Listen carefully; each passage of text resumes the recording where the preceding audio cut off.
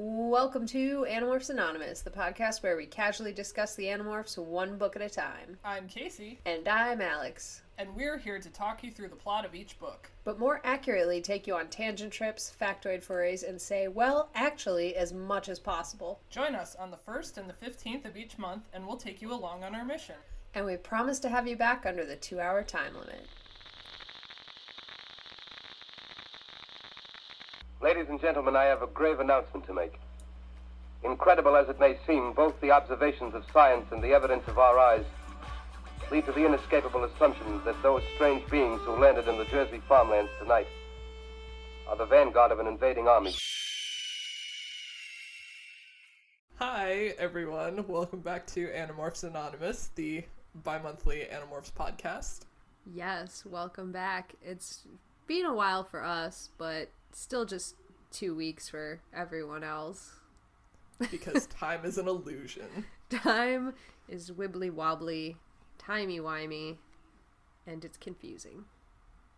Oh god, I haven't watched Doctor Who in so long. Yeah, I stopped watching during the Capaldi's first season. I want to say I watched his first season, but then stopped before his second one.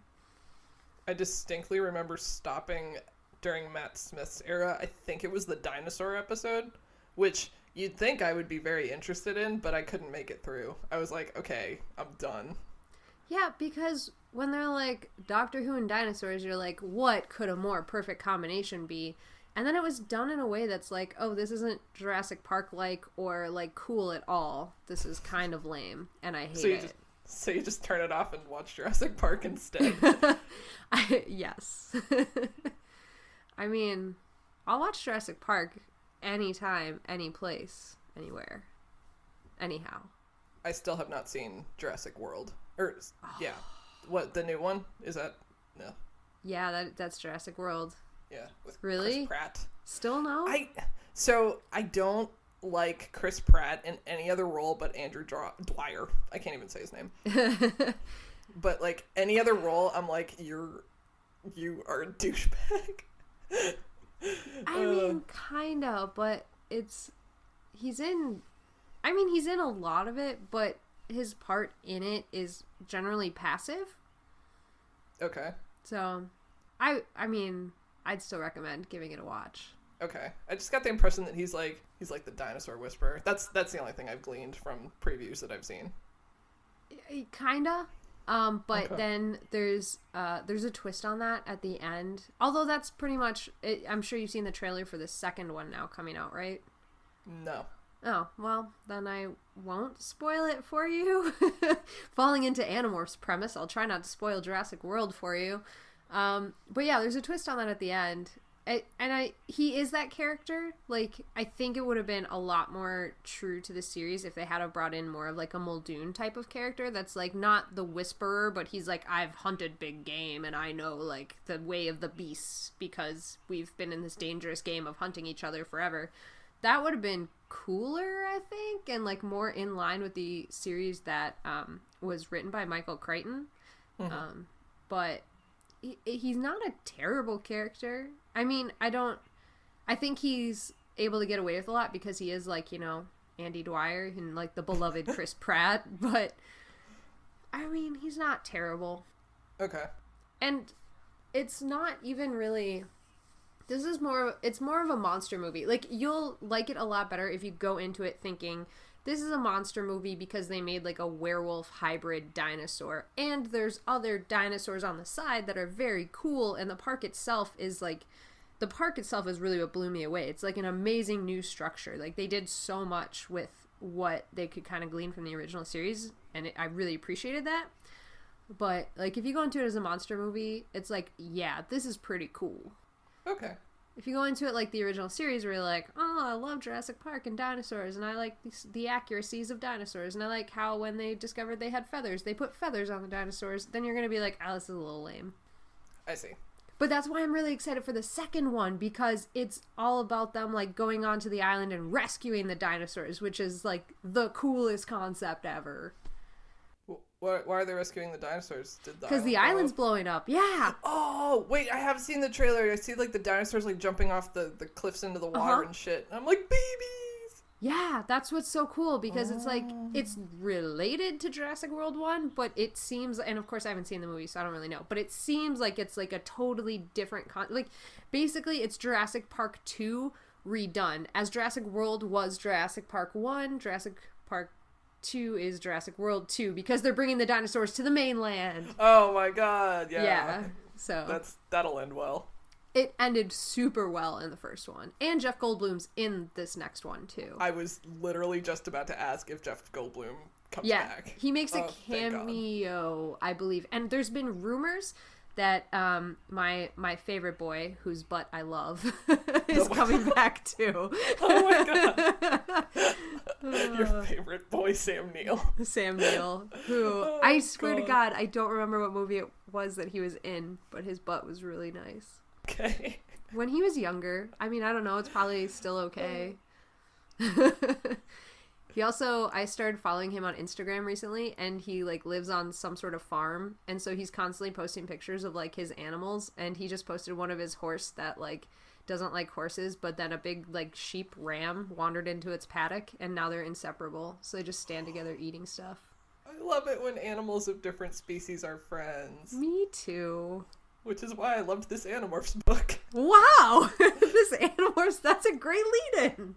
Holy shit. That was seamless. That was. Wow, yeah. So this was the book from Axe's perspective. Yay! And it's about different species getting along. So how did you enjoy your first book from Axe's perspective?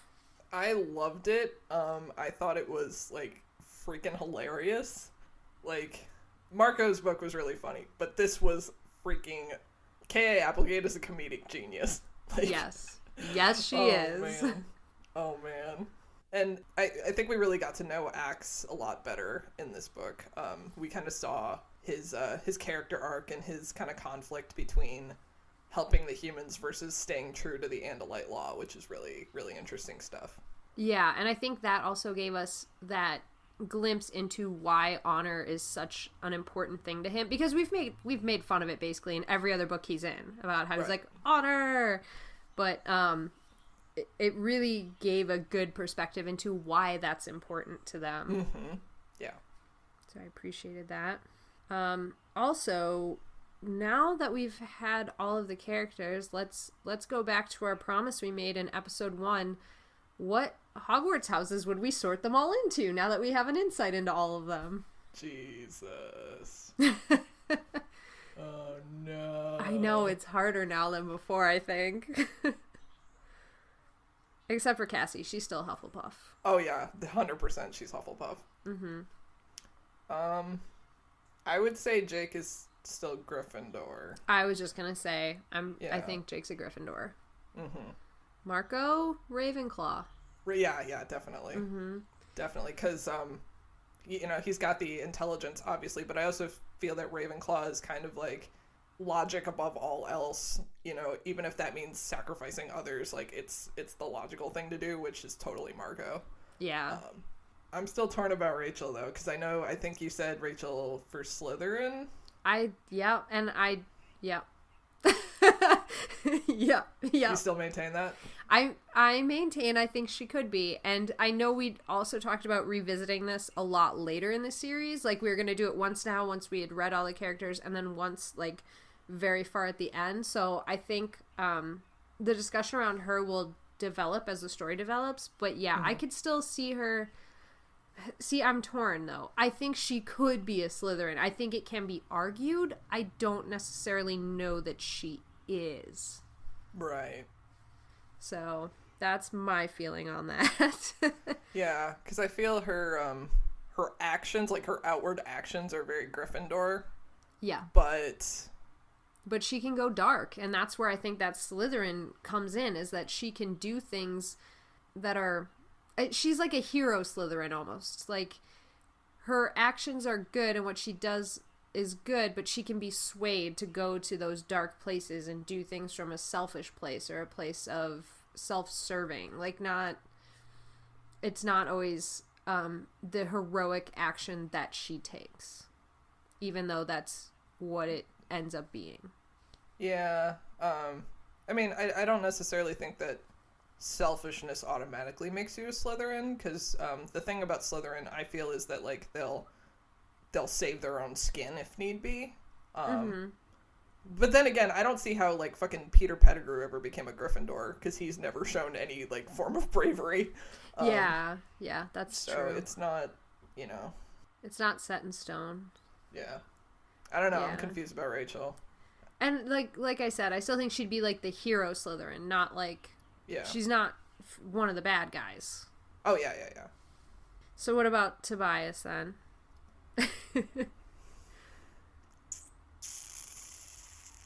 Sorry, I'm just, like, making mouth sounds. Ing. Well, Tobias, like, his foremost quality is, like, self-sacrificing, right? Right. Which, I don't know. I'm leaning towards Gryffindor, Hufflepuff. Yeah, I was gonna say he's, like, a Neville Longbottom type Gryffindor. Mm-hmm. Like, it takes... Actually, this is perfect for this book. It takes more courage sometimes to stand up to your friends than your enemies. And what did he do? He did the right thing for Axe in this book. Even though it was standing up to his friend. He's a Gryffindor. He's a Neville Longbottom Gryffindor. Okay, you've convinced me, yeah. I convinced me, too, because I didn't think of that till just now. And then Axe. I don't know. I want to say Ravenclaw because of, like, the intelligence and the logic, but he's not. I just don't think he is, and I don't know why. Yeah. Like, he doesn't quite fit there. But that was my first instinct, too, is Ravenclaw. But I don't think he's a Gryffindor either. I mean, maybe he is, because you could apply the same logic to what I just said to Tobias to Axe because of what happened between him and his own people. But I just feel like he's maybe more of a Hufflepuff. Mm-hmm. Yeah, I could see that. I don't know. Maybe we'll revisit this question at the end of the podcast once we talk more about him. Yeah, I think we'll have to revisit this once it goes on, but those are my initial feelings. I think that's a pretty solid sorting. Yeah. We are the sorting hat. We collectively are the sorting hat and the scarf of sexual preference. Oh, God. So those are my two questions that I thought we could cover off at the beginning here. And then I have a couple more for you throughout, as usual. I'm ready. Yeah. So should we start going through this book? Let's do it. Cool. So our first opening is a prologue where we actually go back in time a little bit. And we get Axe's last few minutes with his people before he becomes trapped on Earth forever. And it starts off with him being on the bridge and being amazed that he's allowed there because he's only an Arsith and he could never, like, if his brother wasn't the great war hero he was, he would never be allowed this, like, special privilege. Mm-hmm. And everybody only puts up with him because he's Elfinger's brother. Yep, exactly. And that's, I think, an insight that we didn't really get a lot of previously, but now that we're starting to see his culture, it's a pretty big point to his character. So, he's on the bridge, he says something stupid, he calls the captain of the ship Old Hoof and Tail, and this is apparently a great insulty type name. Not quite sure why, but it's apparently very embarrassing to Elfangor that his brother said this out loud. So, question about that. Mm-hmm. As mentioned in previous books, there's open thought speech and there's closed thought speech. Yep. But this kind of rides the line between the two. It's more like what we would equate to as a loud whisper. Right. How does that work? So I think he said it in open thought speech. Like, just because you can just direct it to somebody and it doesn't, like, the volume doesn't matter if it's directed to somebody. Like, you can... Okay. Not that there is volume even, because it's thought speak, but you can, like, direct the sort of emotion and that sort of intent behind it to someone without ever breaking that barrier. But I think he just literally forgot himself and said it out loud, because that's probably what everybody calls him when he's not there. And so Axe says it, and I get the impression in the first parts of these books that he does, as much as he's like, they let me get away with a lot of shit because I'm Elfangor's little brother and he's such a war hero, I think Axe definitely, like, plays that up too. He's like, I'm gonna act a little cooler because, like, you know, that is my brother. And Sure. As the insight goes throughout the book, we find out that, like, when they're alone, Elfangor really, like, he treats him as an equal and not as, like, a little brother, big brother bullying type relationship. Yeah. So, and this is, like, the last moment of them together too. It gets really sad from here for a little bit. Oh. Yeah. So the next thing that happens is that they're coming into Earth's gravitational field. They announce that they're there, and then bug fighters start coming at them. So they go into full alert. They're sending out their own Andalite ships to fight the bug fighters, and they're preparing for battle.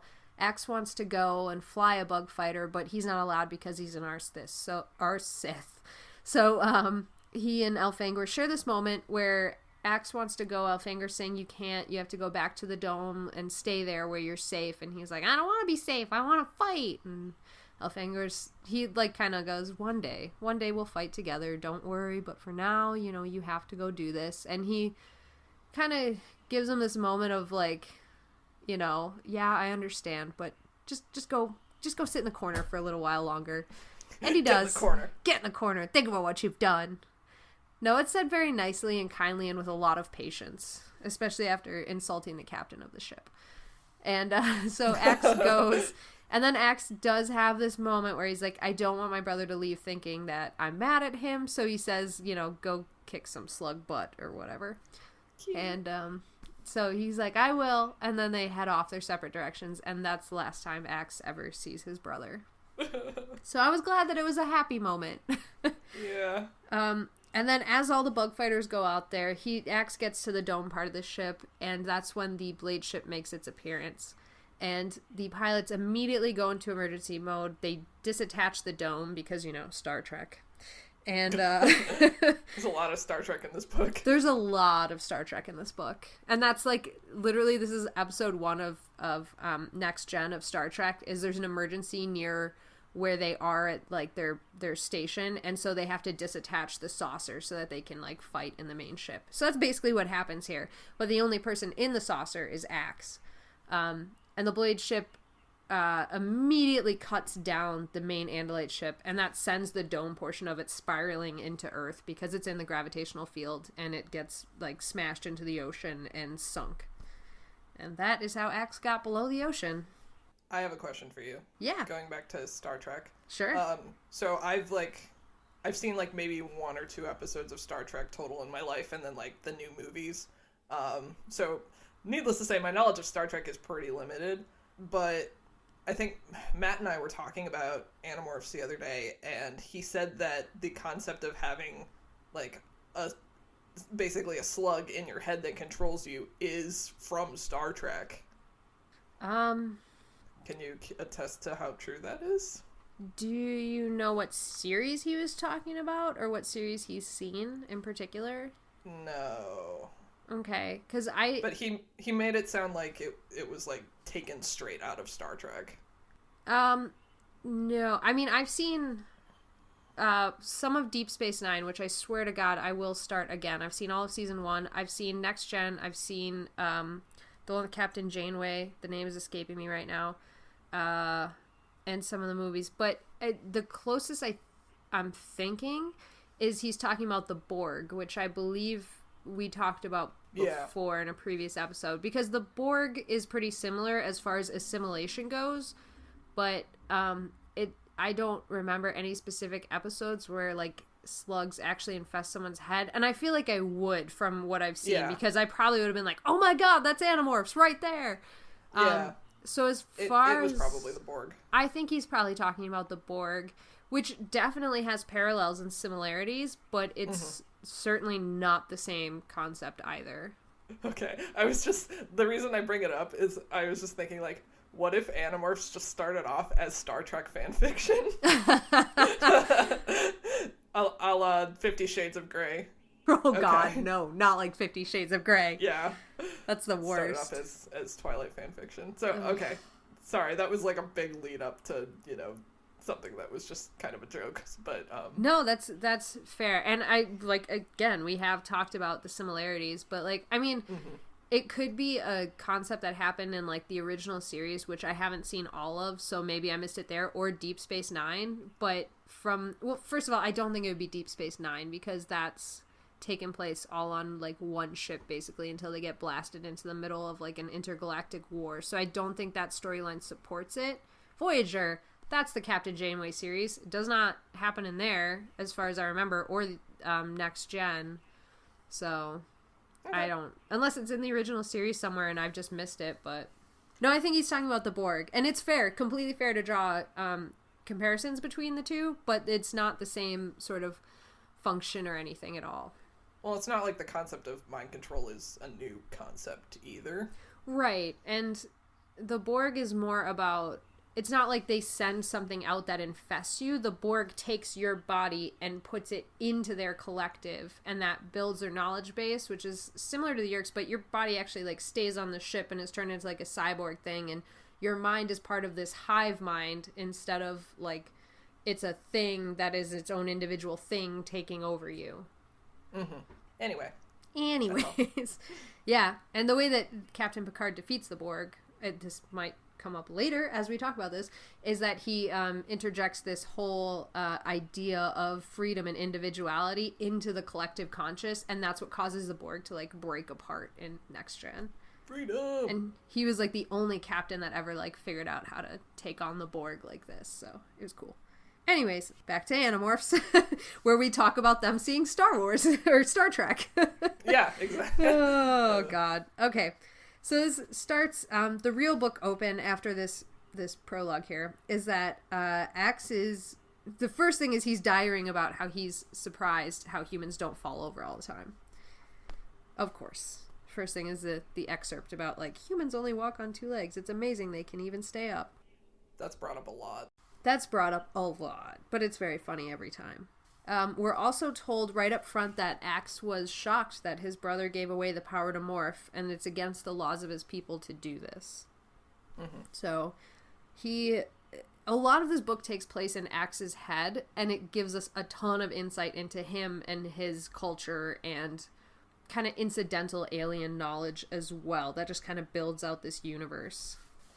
And so the opening mission, the idiotic mission, because this really does also take place kind of as one of our original CTA books for the other Animorphs, because this is effectively Axe's call to action and how he becomes part of the team. So their original idiot mission, which everybody's on board with, including Jake, is to take Axe to the movies to try and forget the Yeerks exist for, like, a minute. And so Axe can learn more about human culture. Yeah. That sounds like an excuse. Yeah, and they go to see Star Trek. Like, that's going to teach them more about human culture. And we're not making this up. Like, we're not inferring this. They straight up say they go to see Star Trek. Like, yeah. So, anyways, they have, like, this whole, like, plan, like, where he's going to demorph, and if he can't demorph in the bathroom, where are they going to go next, and how they're going to go to this Nordstrom's, and they promise Rachel won't shop at Junior Miss on the way, and, like, all this funny stuff. And Axe is really, right from the get-go here, thinking about how he needs to find out as much as he possibly can about the humans without ever letting on anything about Andalites. Like, he wants this one-sided exchange where he becomes an expert on Earth and its people, and they don't learn anything about him.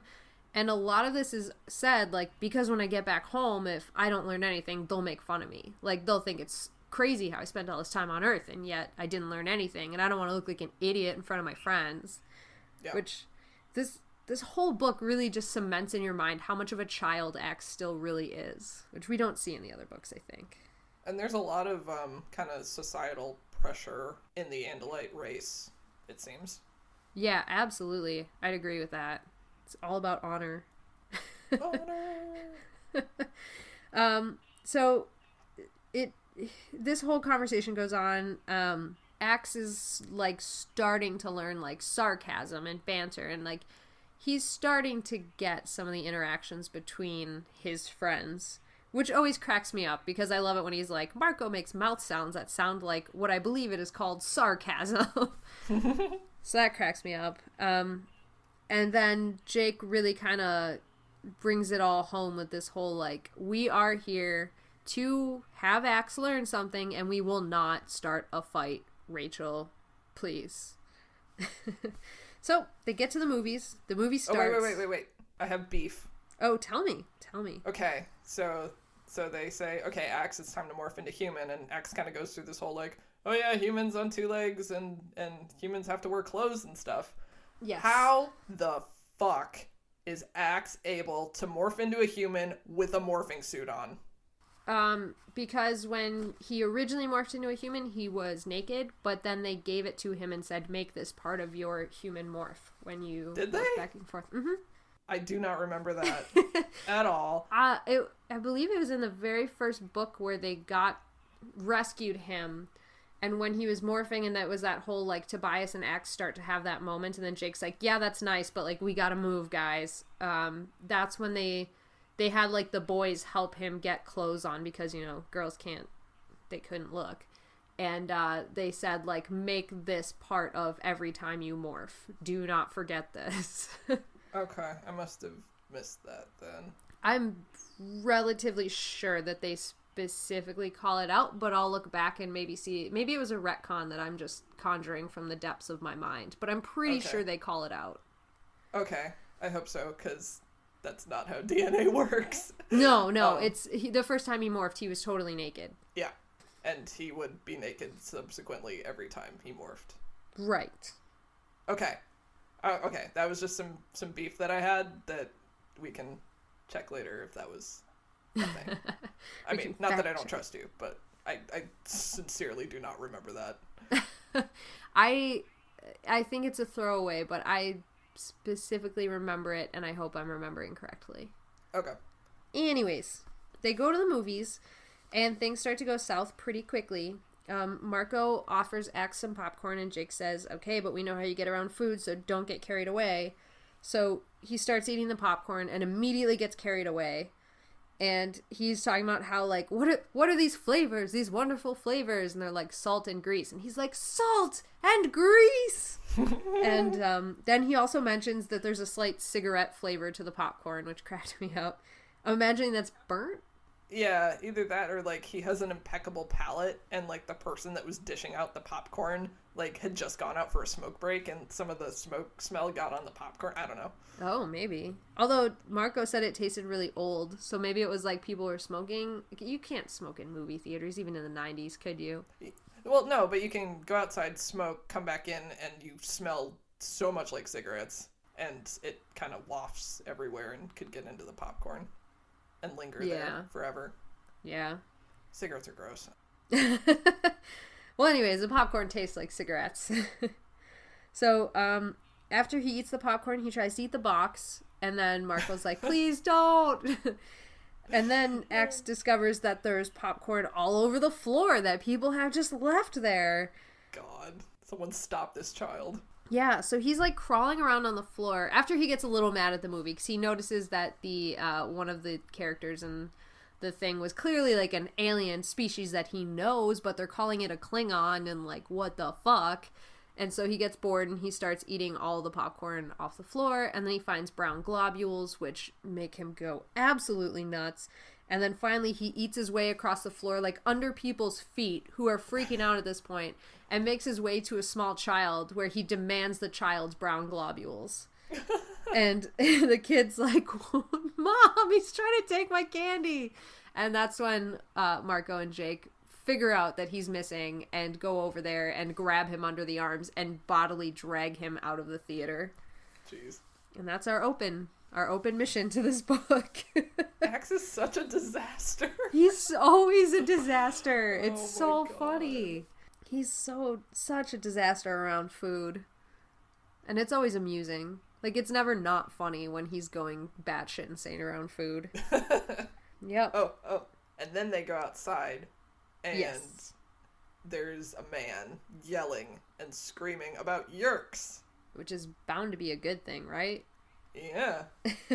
This is the first indication that they see that them destroying the Kandrona a few books ago has actually done some damage. Mm-hmm. So that's pretty exciting. Except for the fact that when we're looking at this from, like, Jake's perspective, he's like, finally, it's happening. where, they're going nuts. They're losing their host bodies. There's going to be like 15, 20 people. They're not going to be able to ignore this group of people that say that there's aliens taking over. And Axe is kind of like, yep. And Marco's like, Jake's right. This is great. And Rachel's the one that says, and Axe points out Rachel's a true mind of a warrior here. She points out there's no way that they don't have a plan for this. This is a one-off scenario, but there's no way that they're letting them get away with this. And she's right, because we find out, or it's implied at this point in the book, that when they come to pick him up, an ambulance shows up and they kill the guy. Yeah. Yeah.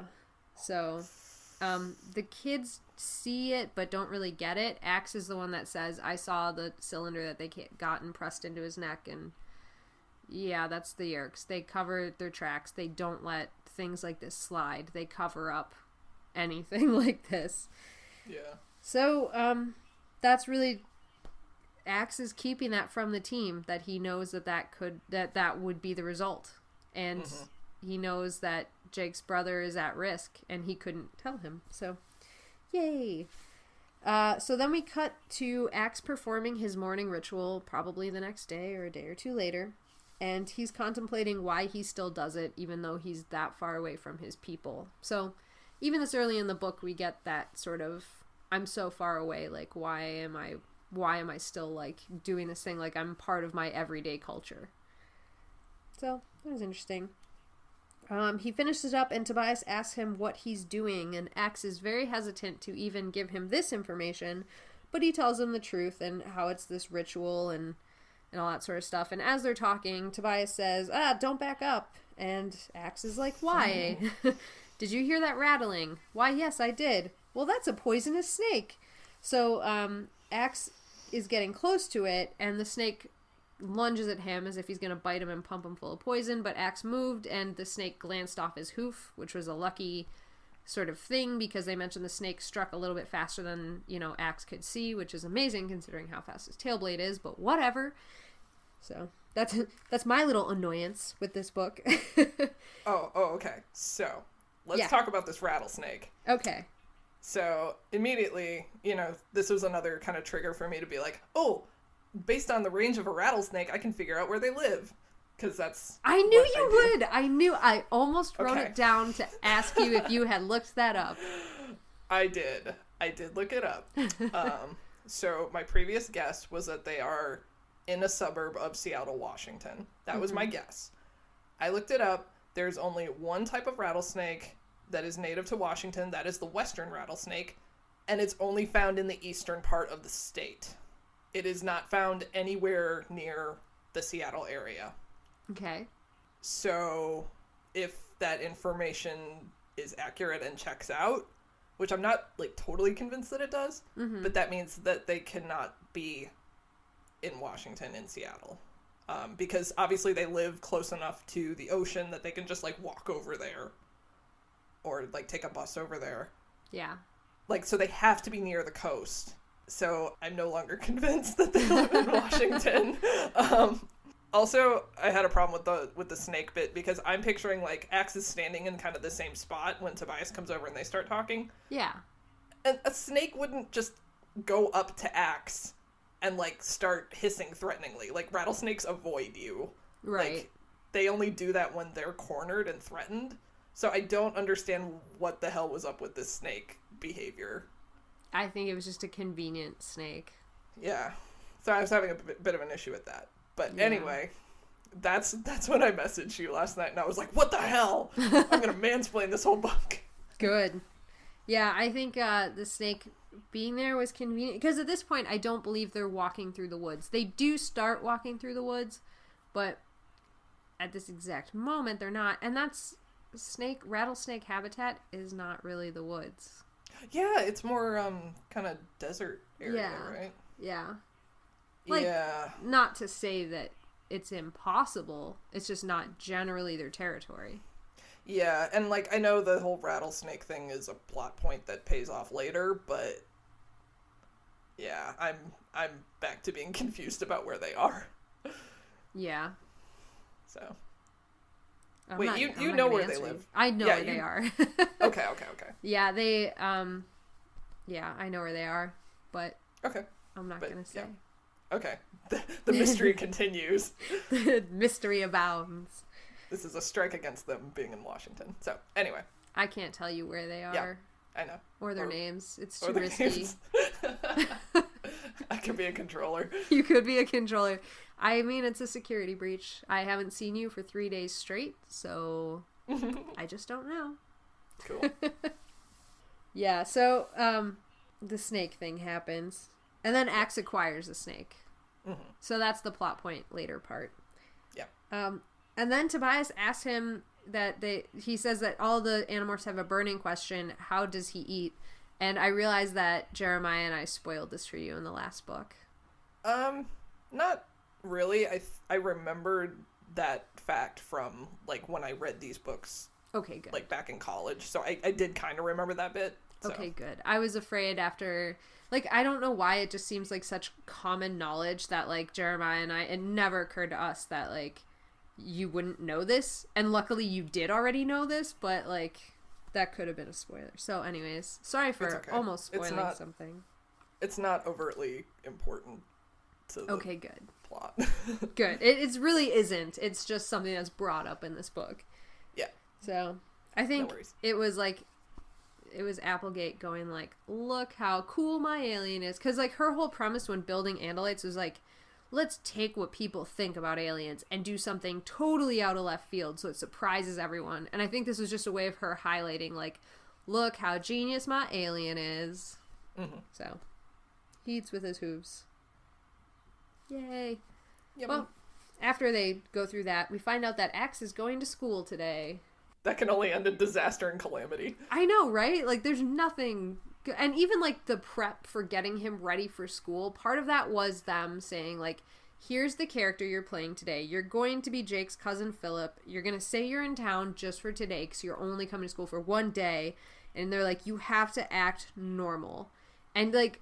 Everything he does in this lead up to him going to school is him not acting normal. Like, you can't call me Prince Jake. Don't call me Prince. I won't Prince Jake. I promise I won't. And it's like, how you're going to act human. Yes, I will be the perfect human. You're going to blend in, right? Yeah, absolutely. Like, they keep giving him these opportunities and he keeps just fucking blowing it. Right. And, you can tell. You just know it's going to... And then, like, even when they're leaving... Tobias says something like, okay, have fun at school, and Axe goes to, like, turn and be like, all right, I will, and he falls over. So that happened. There's also another quote in here, I believe it's just from Axe's journal as we're going through the chapters, because, like, a couple of the chapters have snippets at the top that are just him journaling, and the one that... I live for. I know, they're so good. And this one here was my favorite one of all time, where he goes, Marco says my stalk eyes creep him out big time. I believe this is a compliment. So that cracked me up so badly that when I was talking to a friend of mine yesterday about this guy that likes to say a lot of shit about how bad we are at horseback riding, I was like, I'm going to tell him from now on, I take that as a compliment. It's like, I'll use my axe powers. Take his power away. I will take his power away by telling him I believe this is a compliment. So, that's amazing. Anyway, I know I laughed, and it was one of those times where I was telling somebody else's story that I just wished I was telling you because you would get all the nuances of it. And I was like, it's still funny talking to other people and saying this, but it would be funnier if it was Animorphs. If it were me. Yeah. Luckily, she listens to this podcast, so she will understand this reference retroactive in like 3 months. Shout out. Thanks for listening to our podcast. Yay, thanks. Yay. I won't say your name. You know who you are. Anyways, so Axe is going to school, and like everything is very confusing to him right off the bat. He's like, there's these doors, and then there's these tiny doors. Where do the tiny doors go? And they're like, this is a locker. And Axe is like, ah, yes, okay. Why is there a picture of Prince Jake in your locker? Which, again, he calls him Prince Jake. He's like talking to Cassie, and he's like, why is there a picture of Prince Jake in your locker? And hey Cassie, why is there a picture of that guy? And you're like loudly in front of everyone, and like, oh my God. And then she's like, oh, you know, and he's like, he's right here. Prince Jake is right here. Why is Hey, there a Jake. picture? hey, do you like him? So yeah, and then when she's like trying to explain it away, she's like, she looked down like she was either sick or embarrassed. And it was like all he could do to not ask, are you either sick or embarrassed? It just makes it so much worse. He makes it 1,000 times worse. And then the bell rings and it scares the shit out of Axe, which I wrote was fair, but he like whips himself around in the hallway and like he's ready for an attack and he's like, I wish I had my tail blade. And I just imagine him doing like these like karate hand moves as the bells ring. So it was really good. And then earlier, they ran into Marco and Rachel, and they make a point to mentioning that he now realizes like that Rachel is very attractive. Yes, and that he feels nothing for Marco. Yeah, but like that was interesting to me because it's like, okay, he didn't realize this until he was a human. Mm-hmm. So is that like the morph DNA kicking in? Like, is it the same as when Tobias was having like hawk feelings for that female hawk? Like, I don't know, it's just... So, if I had to guess, I'd say that what's happening is things are firing in Axe's brain to make him, like, realize that Rachel is pretty. Yeah, and also he talks about adrenaline later, which apparently Andalites don't have. So, yeah. So it could be just, like, a chemical reaction. Right, exactly. Like, he sees, like, I don't know, whatever... blonde hair, blue-eyed, symmetrical face, like, you know, body shape, all that sort of stuff, and thinks like, oh yes, I understand now why people think she's pretty. I'm imagining it's just a reaction in the brain because he doesn't, like, his Andalite part of his mind doesn't react to it. He points out that, like, he understands in human morph why, like, that the human is attracted to her. The same way Tobias is like, the hawk is, I'm attracted to the hawk and I can't explain why. Like, I'm imagining that seems what it is to me, and especially like, you know, just knowing that that's something that lights up in the brain when you see that ring of truth to it. Yes. Axe mentions that when he was pretending to be Jake, and he was acting, you know, outlandishly, he mentioned that they actually sent the real Jake to a doctor a couple days after the Yerk incident. Yeah. And I was just like, they sent him to a psychologist? Because I know we had said in previous podcasts that, like, these kids need, like, a shrink. They need to, like, they need someone to, like, help them through these issues. But I just thought that was really interesting to mention. Mm-hmm. That, like, they sent him to a psychologist. I don't know. Yeah, no, I agree. I think that's very interesting. And I wonder if he ever, I don't, to the best of my recollection, remember this, but I wonder if at any point there's, like, coping mechanisms that he uses throughout the book. I imagine it would have been called out if he did, but it's just interesting to think about. I don't know what my point was with that, but... I was like, yes, send them to a shrink. Just that he went to one. Yeah. It's like, he couldn't even tell the shrink anything that would actually help him. Because, right. Yeah. You would have had to say, like, no, it was just a rough few days at school. Not a big deal. Yeah. Just wonder what he went through mentally. Anyway. I know, and that's, like, throughout a lot of this book, I'm finding, like, especially since we talk so much about, like, the characters and what they go through and what their interactions are, like, reading through and making notes of this, I'm wondering in a lot of the books, like, what the other characters' reactions and things were and what they're going through when we're not checking in with them. Mm-hmm. So, like, in this book, like, there's really a big part of this is that the kids come back to Axe and they'll say, like, yeah, Jake and I talked about this, or so-and-so is doing something on the orders of Jake, and you're like, but wait a minute, like, I want to get the insight into that conversation between Marco and Jake, or Rachel and Jake, or, like, you know, I want to know what happened. And the big one in this book is that towards the very end between Tobias and Jake, which we can talk about then, but, like, I want to know how that conversation went, and I want to know, like, what was said and how that was received, but we don't get that. We only get the perspective of the character we're reading right now. Yeah. So. anyways, Jake and Axe go to Jake's class, and Jake says to the teacher, you know, this is my cousin Philip from out of town. He's just here for one day. Can he, like, sit in on classes and that be okay? Which, this is, again, totally 90s thing. This would never fly today. So, the teacher just says, sit and be quiet. Just sit and be quiet. And Jake goes, oh, take that desk over there. And Axe is like, take it where? And then Jake is like, no, sit in it. And so Axe sits down. He's like, I'm pretty good at this human thing. I sat down super good. And then he makes a comment about how the chair is uncomfortable. And another, like, kid that sounds like the stoner of the class is like, rah, totally. Totally, dude. Totally, man. These chairs suck. Love it. So, after that, I swear, that's Sorry, so funny. dying. It's so funny. Oh my god. Like, I'm just laughing so hard. yeah, especially when he thinks he's doing so well. Like, oh, and sitting, by the way, is sitting down on fat deposits halfway down your back. FYI. So, oh god. he's so good. This cracks me up so much. I love Axe. Yep.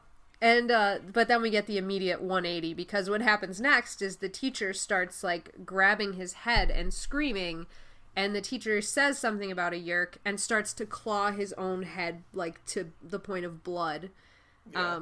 So the teacher is clawing his own head, struggling with the yerk, and there's this, like, moment that was, like, really freaking scary to me. Not like, I don't want to read anymore, but, like, just imagining watching this, where the guy's, like, clawing his own head open. He's going, get out of my head. And the yerk goes, stop damaging our body. And it's like, oh, God. Like, Yeah.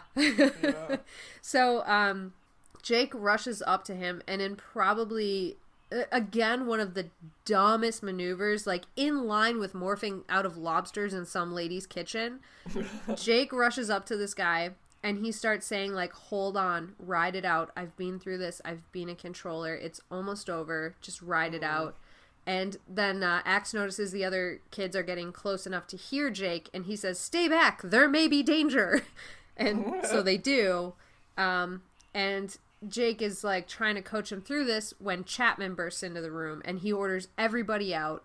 And so everybody leaves except for Jake and Axe, and Chapman's going, take your friend and get out of here. And Axe notices that Jake's looking like he's going to challenge Chapman, and he's worried Jake might say something. But then Jake just kind of backs down and leaves. And How did Chapman know? Was he just, like, passing in the halls and he heard screaming coming from a classroom and he's like, oh shit. Yeah, they don't clarify that. Or maybe, like, a student ran down to his office and was like, oh, Mr. Purdue's going nuts. And he's like, son of a bitch. Son of a bitch. And Chapman also probably, because of his ranking, has insight into, like, who is on the shuttle for feeding and who isn't. Yeah. So. Yeah, and he probably has to, like, do the rounds and check to make sure no one's going crazy. Exactly. So, I'm imagining that probably had something to do with that. Yeah. And then in probably one of the most stark contrast moments of this book, Jake and Axe go to a playground and then have an argument. Mm-hmm. And this argument is Jake asking Axe, Axe was angry and he's starting to get over it, but Jake's enraged. He's asking him if Mr. Purdue is going to be eliminated now. And Axe admits he will be. And he said the Yerks don't leave evidence. And Jake starts, like, it just sends him into this spiral where he's like, Axe, you're keeping things from us. And, you know, Rachel and Marco have both been asking me what we know about you, and the answer is nothing. We keep giving you information and letting you into our lives, and you are keeping things from us, including this. And that's when Axe admits that he felt like if he told Jake that his brother stands the chance of getting eliminated if his Yerk doesn't feed, that he was afraid that Jake would not have destroyed the Kandrona.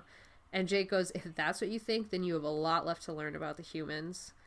And it's like this really intense fight taking place on a playground. Yeah. Like, what the fuck? So I liked that stark contrast. But yeah, Jake says a few more things about how he thinks humans are just a pawn in, like, the Yerk-Andalite War, and Axe kind of, he says, well, kinda, but he doesn't say that to Jake. And Axe also, again, struggles with, like, I can't tell him anything of my people. So Yeah. yeah. Oh and my god. yeah, it was just a crazy argument, and I don't know. I couldn't. I loved that it was in a playground. I think it was my biggest thing from this, where like Axe finally reveals that like he's trying to control Jake like this, even though Jake is his prince. It was just good. So yeah, we cut to the next day. They just went home after that. Jake went home after Mr. Purdue was eliminated, and Axe went back to the woods, and he was relieved to be in his own body. And the next day, Marco gets tasked with taking Axe to the bookstore. So the whole point of this is Jake has asked Marco to take him because he wants to open up like the resources of Earth to Axe to be able to research whatever he wants. He can get whatever book he wants, learn whatever he wants about Earth, because they've decided to like just kill him with openness and show him like, we're being open with you, we're being honest with you, you need to reciprocate. But they keep extending the olive branch first, and Axe is just kind of like taking it, not reciprocating. The guilt will kill him. Yeah, I think that's really their plan, is the guilt will kill him. So, it's very funny because Marco even mentions, like, I told Jake I could pump you for information, and he said no, we'll just show you our own stuff and hope you reciprocate. He's so frank, I love it. Yeah, I do too. And this is like the start of like, what was that conversation between Marco and Jake like? And then, you know, we have the later interaction with Cassie. Mm-hmm. So anyways, so Marco is going to take him to the bookstore, but then he realizes he forgot his wallet, so he has to stop by Marco's house. And there's a very weird conversation about how Axe is like, oh, that's Prince Jake's house. And Marco's like, no, we're in a different part of town, but in this subdivision, there's only like 5 models of houses. Like, what? And to this day, when I go into subdivisions, I look at the houses to see if there's only 2 or 3 models because of this book. Oh my god, that's amazing. I know, it changed my entire childhood and I never even knew. So. I love this part because Axe spots a big wheel, like lawn decoration on someone's yard. Mm-hmm. And he's like, what's that? It's so attractive and colorful. And Marco just like taunts him about it. Marco it was so funny too. He's like, I'd tell you about it, but I don't want to reveal Earth's biggest secrets of the big wheel. God. Yeah. And you just have to imagine it's like such a gaudy thing on someone's lawn that everybody else is looking at in the neighborhood. Like the HOA is probably like, oh, get rid of it. And Axe is like, oh, it's so colorful. Oh, God. It's those moments of like, it's so funny and like, anyways, so they get to Marco's house. And the first thing here is the quote about how books are better than computers. I actually bookmarked it because I'm going to read it because this is such a k.a.applegate thing to say because she hates computers. So the full quote being read from the book right now is, books are an amazing human invention. They allow instant access to information simply by turning pieces of paper. They are much faster to use than computers. Surprisingly, humans invented books before computers. They do many things backward. Yep. Yeah, no, I mean, I know the agenda here was Applegate does not like computers, but we all have handheld computers now, and we use them to Google things constantly. Yeah, or ask Siri to do it. Yeah, except I have an Android phone, so I don't ask shit from Siri. Wait, who do you have? Cortana? Okay, Google. Oh, shit. Oh, you have Google. Did I activate it? No, thank God. Oh, did I tell you Gax activated my phone the other day? Really? Yeah, that's my amazing. Starling. Sorry, audience. Yeah. That is my Starling, and Starlings can mimic human noises. So I was just sitting there doing something or other, and Gax actually opened my phone, and I was like, no! I was afraid he was gonna like search something.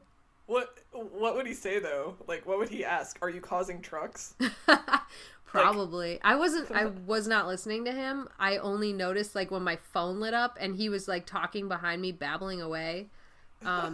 So he probably, it could be a couple things. Like he imitates a lot of my ringtones and also Skype and Slack.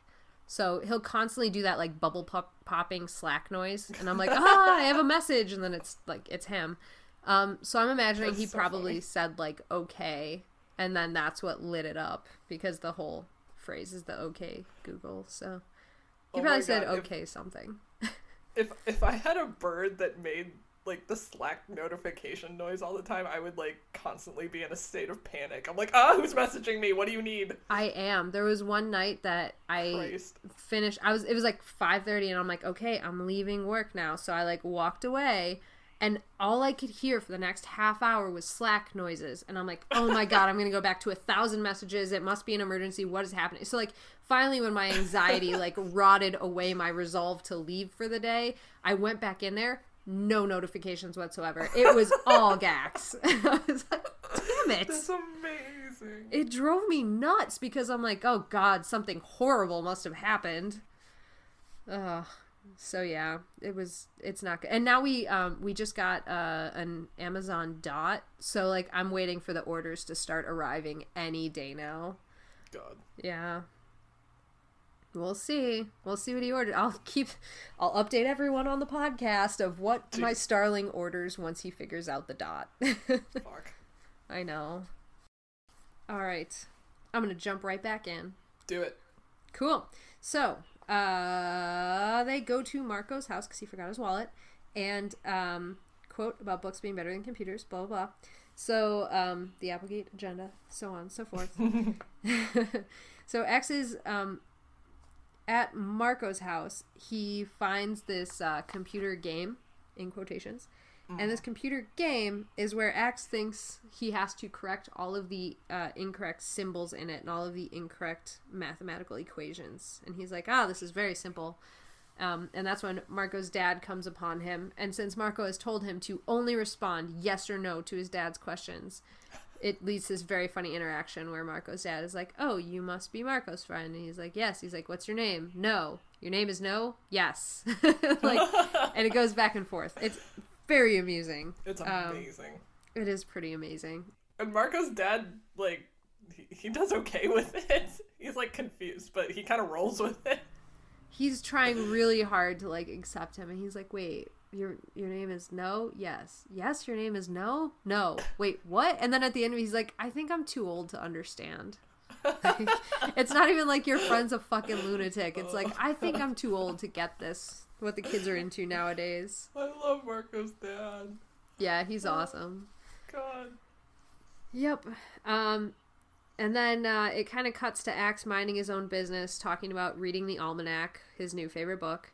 When Tobias comes shooting in over his head and says, Axe, don't move, everybody's looking for you. And these other birds all land around him, and Axe is like, I realized when they started demorphing, these were the other Animorphs. Because in what fucking world would you think 4 birds landing around you would not be the other Animorphs? Come on. So anyways, Axe He's not from Earth, he doesn't know. I guess. I wasn't willing to accept that. So anyways, they start demorphing, and Marco's in a rage because he's messed with his dad's work, and Axe is like, what do you mean? You mean that game? And Marco's like, yeah, except it's my dad's work on the telescope. And Axe is like, telescope? Like, for what? How? And they're like explaining it to him. He's like, oh, you mean that game? And Marco's like, say game one more time. One more time, motherfucker. So upset.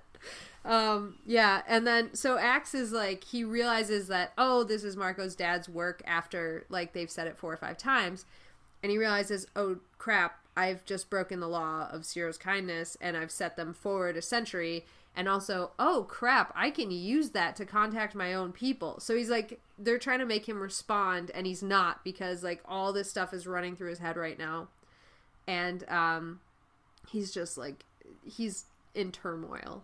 Mm-hmm. And this leads to the next chapter where Axe is running and thinking about this and like, oh god, well, it was an accident, so I won't get in trouble because I didn't mean to, and also I can fix this. I have to go to the telescope, but also I could contact my own people, and I do really want to see my own people. And he's like, Andalite warriors are supposed to be completely self-sufficient and not, they have to spend all this time alone. It has to be okay, but I could just see my own people. And then all of a sudden he's like right by Cassie's farm. He's like, oh, I better like turn around and leave before I get caught. And then there's Cassie there, who's morphed a horse. And yeah. Accidentally. Yes. Also, I have a question about okay, so he realizes he can break through Z space and send messages to his people. And later they call it like a Z space communicator. Is that different than a Z space transponder from book 5? Only in the actual functionality of it. Like the Z space transponder was a specific part, but Z space communication is what that part does.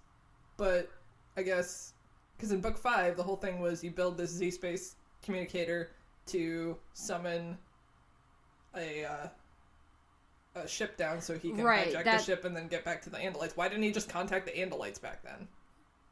Because it was a distress beacon that he was building, not a communications array. Oh, okay. Yeah. Cool. That's a difference. Thank you. But Z space is like where they channel everything through. Yeah. Yeah. Yep. Okay.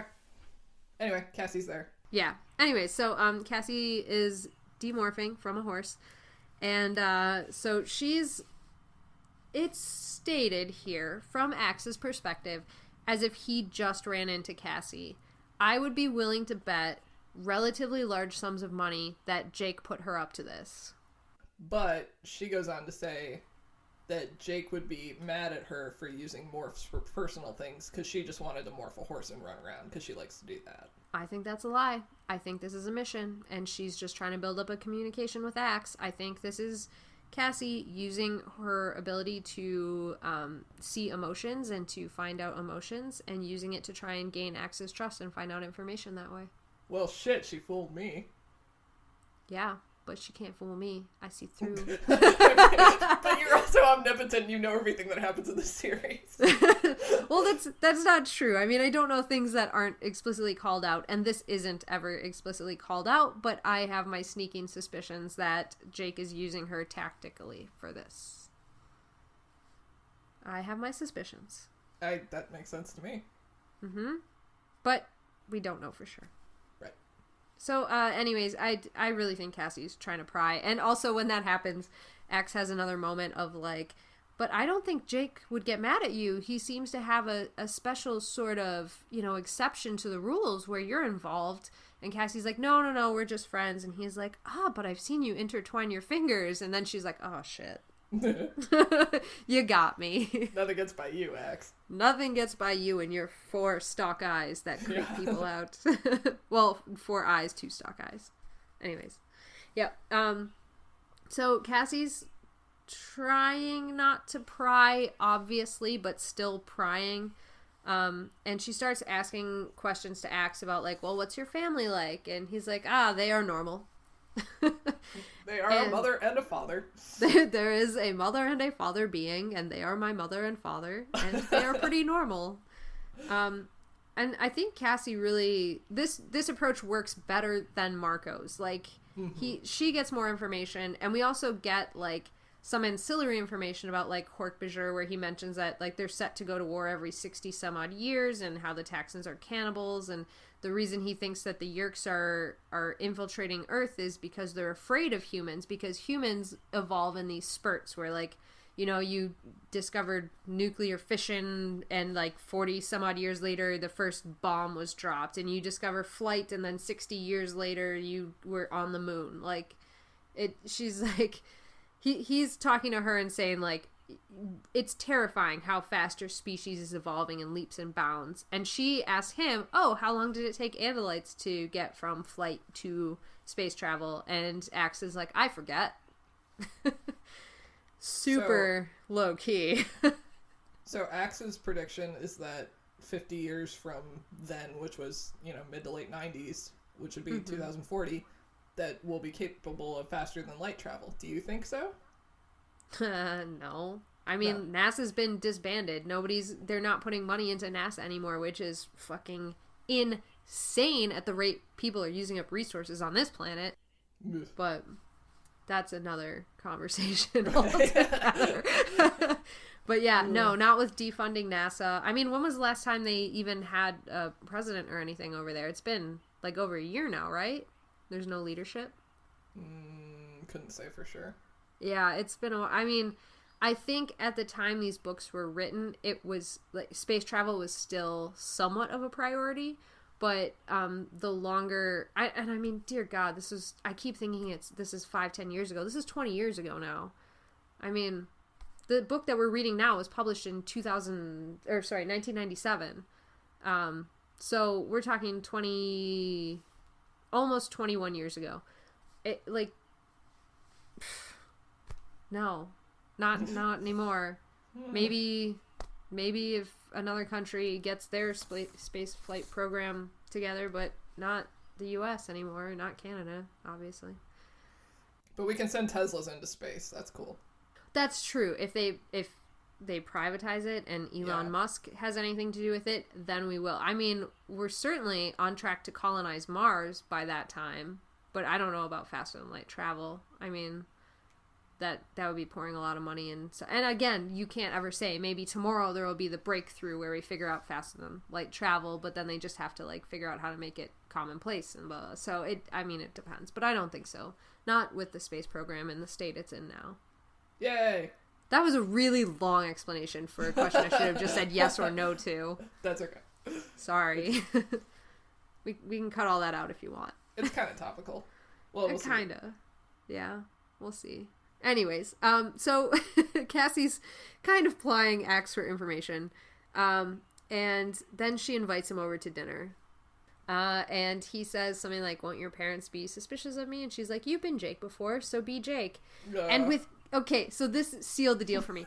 With how much Cassie is like, "We can't morph whales without permission," do you think Cassie would ever say, "You can morph Jake" without Jake's permission? Yeah. She would never. Unless she and Jake came up with the cockamamie scheme to do that. Yeah, I 100% believe they do. Okay. Yep, they're like, show Axe a good time. Wine and dine the alien. Bring him into the inner folds. So, Cassie for sure has Jake's permission on this. And so Axe comes over, and Cassie's dad is like, "I made my chili of doom." Fuck. This really made me want chili. Like, did it? This whole section, I'm just like, I need chili in my face. With jalapeno cornbread? Yeah, that sounds amazing. Ugh, no, jalapeno I never get gross. Cornbread. I never get cornbread anymore because Matt doesn't like it. What? What is wrong with him? Many things. I had this amazing cornbread once. It was this lady that no longer works for a company that I no longer work for also.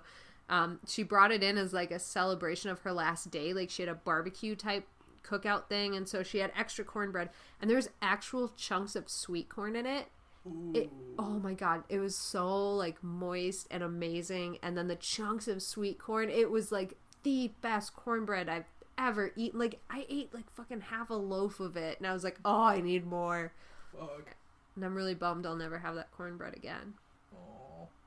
So that's my cornbread story. But when they said jalapeno cornbread, like, way to ruin perfectly good cornbread. Oh, I like jalapenos. I hate the flavor of jalapeno. Not even the spiciness, the flavor. Mm-hmm. I hate it. Jalapenos. I mean, I'm not great with spicy, but like the flavor sucks. So anyways. Anyway, I'm hungry. After the cornbread cast that we're starting. Another new podcast. Another new podcast where we just talk about cornbread. It's our weekly cornbread cast.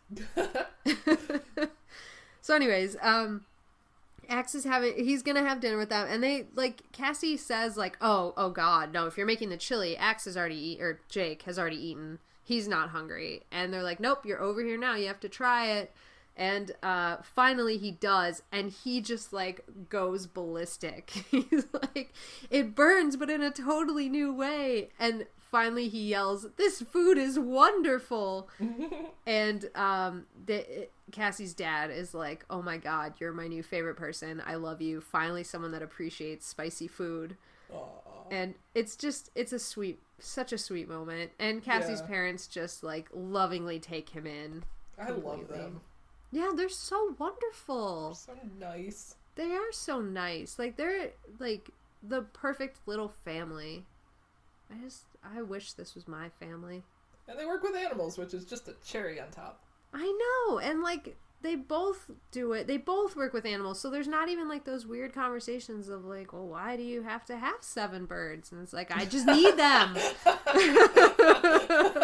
A little self-projection there. just about me, okay? Oh my god. Well, it's not like you're like, I want another bird. Let's go get another bird. It's literally like, okay, I found another bird. It's not gonna leave me. Fine. Right. So.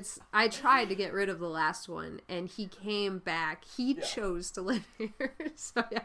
Anyways, Cassie's parents don't have this problem because they all love animals. So it works out really well. And then after their dinner, they watch a little TV together, and Axe does surprisingly well with conversations here. Like he's learned a little bit about small talk, and he's not perfect at it, but like he knows enough now about Earth, and like when they ask him things like, will the Bulls go all the way this year? He's like, yes, the sports team. I believe they will go all the way this year. Like it's pretty good. He does pretty well. So that's when Michael Jordan was still on the Bulls, right? Space Jam. When did Space Jam come out? 96 or 7? Yeah, maybe a little later. Anyway, it was a Michael Jordan era for sure. Yeah, anyway, they were still, I don't know, I'd have to ask Scott, and that just sounds hard. Scott, tell us about the sports ball. Scott, tell us about the Bulls. Anyways, so Axe, after Cassie's mom starts to like nod off, Axe is like, oh, my 2-hour time limit is about up, and Cassie's like, okay, I'll walk you out, and she does, and Cassie's mom still points out just how cute he is still. And Cassie walks out with him to the forest, and she brings him a book of quotes that she would like him to read. And she starts kind of talking a little bit more about families, and he gets choked up, and he says something like, I feel as though I cannot talk. And Cassie goes, well, that's pretty normal. Like, you know, you're just a kid. I know. And then she asks Axe to point out the star where his planet is if he can. And he does. And he demorphs while still looking at the star where his parents and family and people are. And he feels lonely. And then there's a really great just throwaway line or two conversation where she asks Cassie about his dad's hair and why he doesn't seem to have any. And Cassie goes, oh, he's balding. That's pretty normal for people, but sometimes they're sensitive about these things. And Axe goes, yes, my father's hooves are starting to dull as well.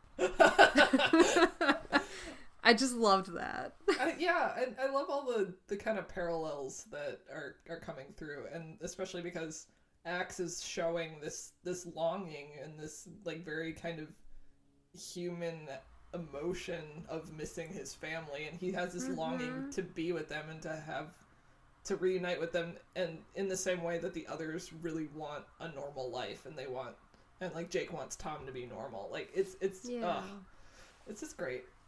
It truly is. And like right after this chapter too, the next one I don't think is so important to the plot of the book. I think it was really just to drive home that same point. Because, like, in the next chapter is when he can't sleep. He's thinking about his family and their families, like you were saying. And then he realizes Tobias is alone, too. Mm-hmm. And it's almost like, you know, he goes looking for Tobias and wakes him up. And he basically makes Tobias swear that he can tell him a promise. Or, like, he can tell him something and makes Tobias promise that he'll keep this secret between them. And Tobias does. He says, as long as it doesn't hurt my friends, then, you know, I'll do it. And it's almost like this, like, it's such a childlike thing to do. Like, he's missing his family, he's missing everything. So he almost, like, crawls up to his best friends, like, you know, late at night and says, promise not to tell anybody. Yeah. And it's like, you know, pinky swear, kind of. Even though, you know, he promises on Elfangor and they can't, you know, they're both, like, in this weird situation. But it's this really, like, relatable child scenario of, like, I promise, it's between us. You know, we pinky swore, we're best friends. Yep. Sorry. I just thought it was cute. They're besties. They're besties. And, you know, Axe is still like, he'll never truly be my best friend, but he's my best friend now. Aww. So... yeah. Anyways, I'll move along because otherwise we'll just keep talking about how cute they are forever. So the thing that Tobias promises is that he will lead Axe to the telescope array and he won't tell anybody about it because Axe has a plan. So They fly to where the telescope is, and the chapter is basically just them flying and Axe contemplating why humans are allowed to wear less clothing at the beach and that sort of thing. And as they're going there, there's a few remarks between Tobias and Axe that speak to that tension of Axe not disclosing everything to him. But for the most part, they get to the telescope without incident, and they literally just dive through the large open telescope thing. So, Axe gets in, and Tobias flies out and is gonna, like, kind of keep watch of this meeting that's happening in the next room that Axe can hear, but he doesn't really know that there's somebody there, or he doesn't really know, like, what the meeting is going on and who's coming in. So Tobias is gonna keep watch, tell him if anybody's coming his way. And, Axe sets up the telescope to be able to talk to his homeworld. So he boots it up, he starts the connection, and he's met by an angry Andalite officer on the phone. Yay!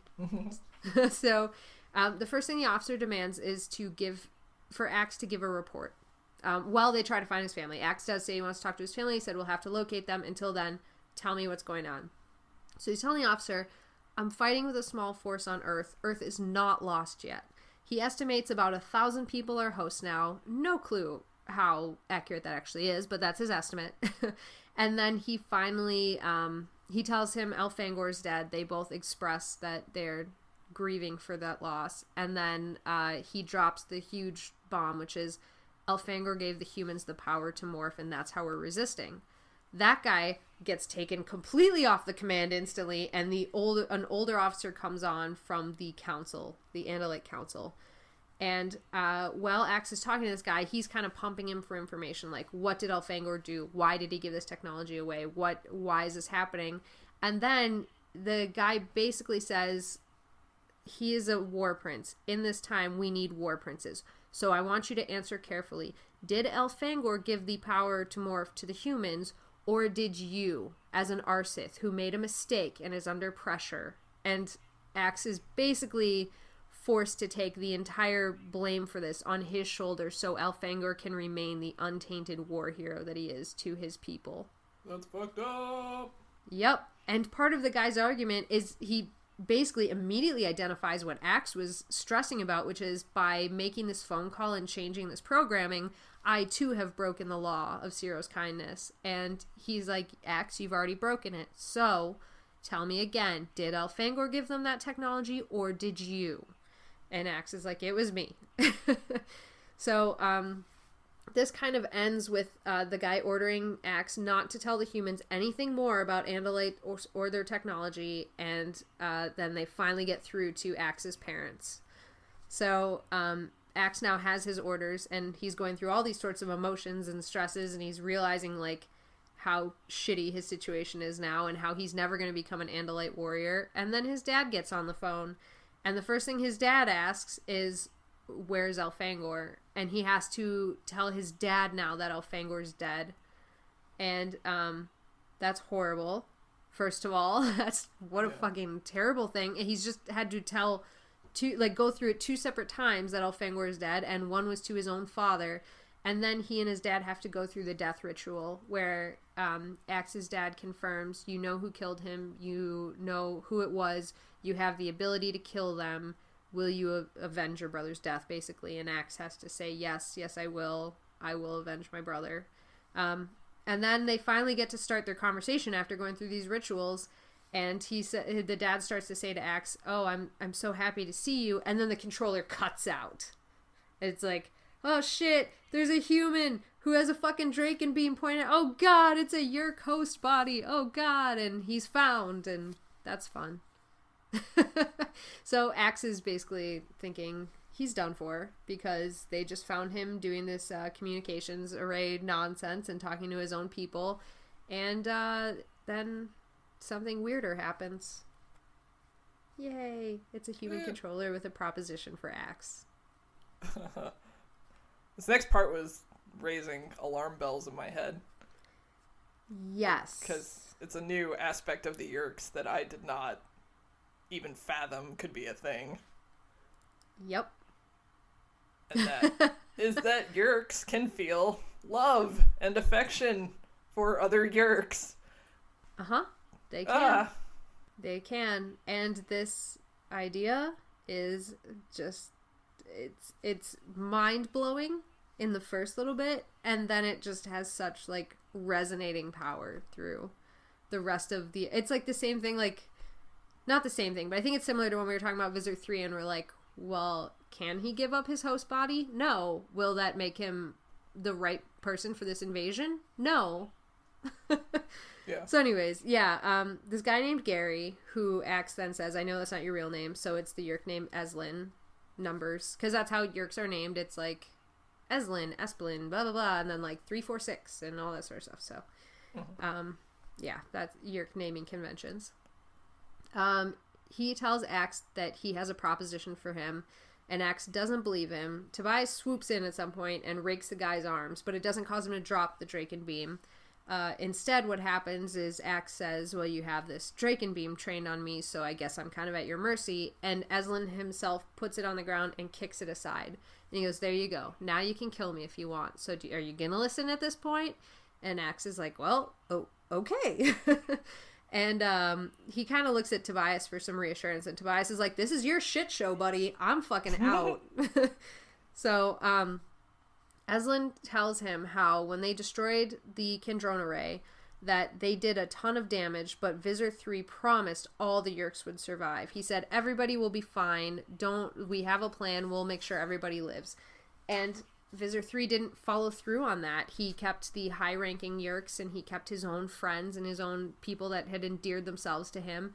And he let the unimportant, in quotation marks, the unimportant Yeerks die. One of those was Durain, who Eslin loves, basically. He says, like, oh, I have affections for her or whatever. But yeah, he loves her. And so Gary / Eslin has been working to sabotage Visor 3 ever since he let Durain die. And he went as far as to sabotage a transport ship that was taking Visor 3's close companions and allies to the feeding grounds. He took out that ship and had them starve and go crazy. Like, the Yeerk, knowing how bad that is as a fate, did that willingly to a group of people because of what he did to Durain. And then he tells Axe that Visor 3, he feeds alone with as few people as possible because his Andalite host body has to live. And he goes, I'm going to give you the date, location, and time. And you do what you promised your dad you'd do. You go and you kill him. Fuck! Like, fuck, man. The concept of Yeerks being able to love, like, never even crossed my mind. Right? Like, wow. Like, I knew... Like, I knew Visor 3 already wasn't very popular for, like, logistical war reasons. But, like, this whole element of bringing, like, emotions into it, it's just like, wow. Yeah.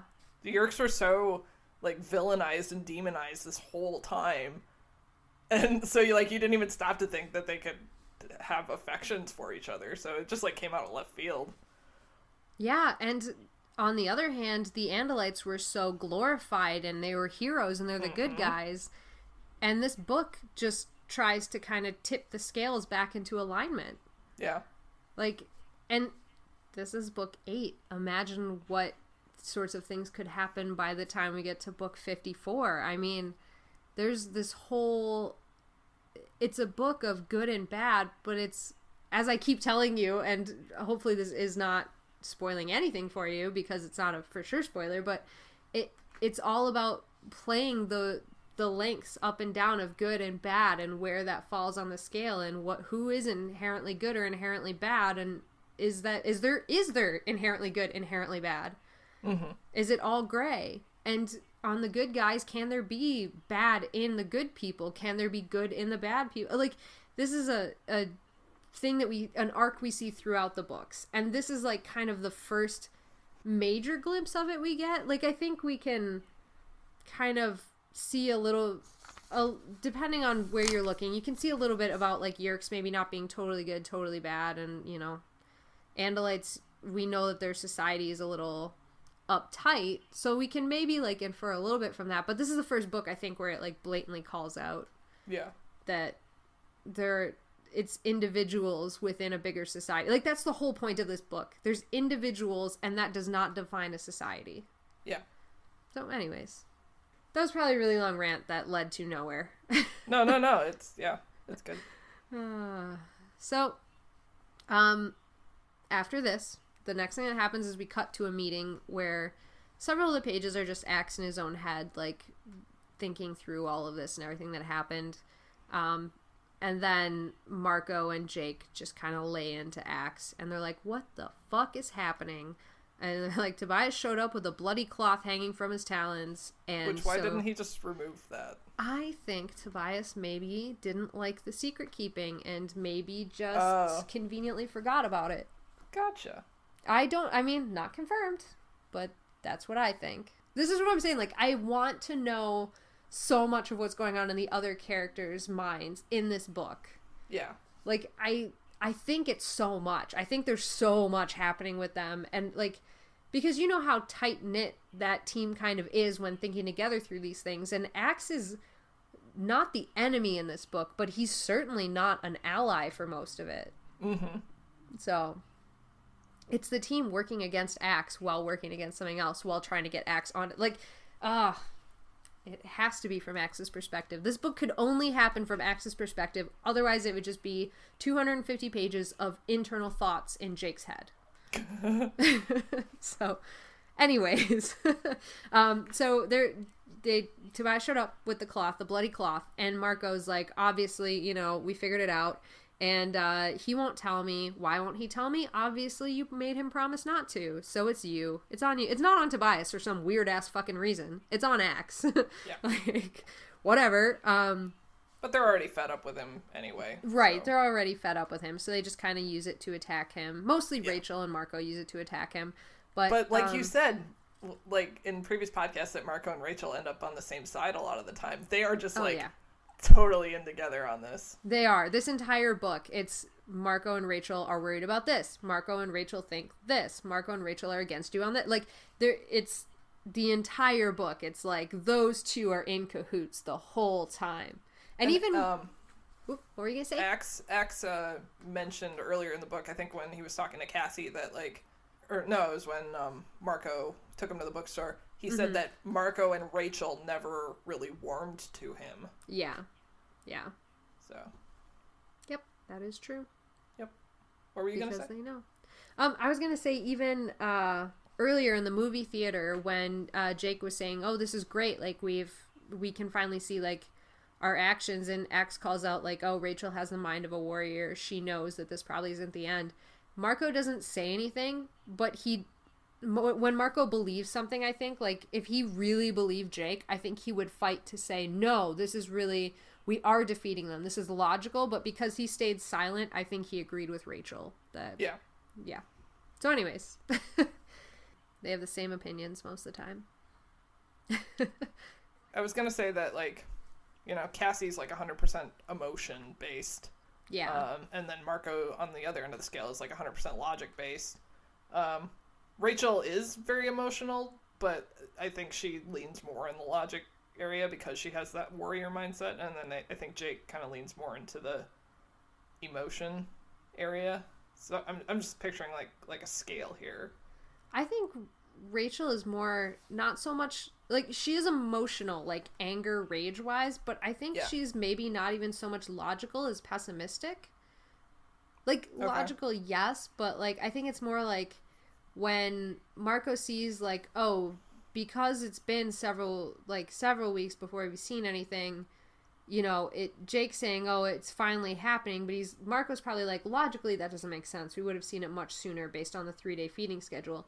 Whereas Rachel would probably be like, no, don't underestimate the enemy. Don't take it for granted. Like, it's the same conclusion, but I think it's because Rachel's more like, don't ever believe you have the upper hand. Don't ever get cocky, because you don't. Anyways, basically they get into the same argument that's been happening the whole book of, like, Axe isn't being open with us. We keep throwing the doors wide open, letting you learn about us, our families. We're letting you in, and you're not doing anything. And if you're making Tobias keep secrets from us now, then you can't be part of this group. And he kicks him out of the group, and Axe very cryptically says, well, we probably wouldn't have been together much longer anyways, and leaves. So. Broke up with the group. Yeah. Although Tobias still talks to him, so, Axe and Tobias have a bit of a conversation where Tobias finds out that a prince can technically order their minions to do whatever they want. Yeah, subordinates, whatever. Minions. They can basically order them to do whatever or not do whatever because they have to listen to the prince no matter what. And so Axe is kind of in his own head, so Tobias is very clearly getting ideas from this conversation, and Axe is just, like, missing it. He's like, but I'm gonna die, but this is horrible, blah, blah, blah. So he takes off running towards where Visor 3 is gonna land and feed.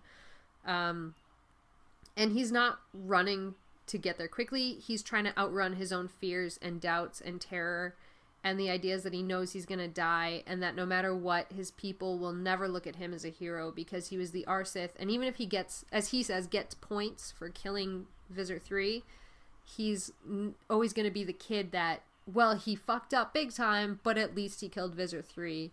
Or, he lucky shot kind of a thing. Like, it's he never did it out of obligation instead of out of...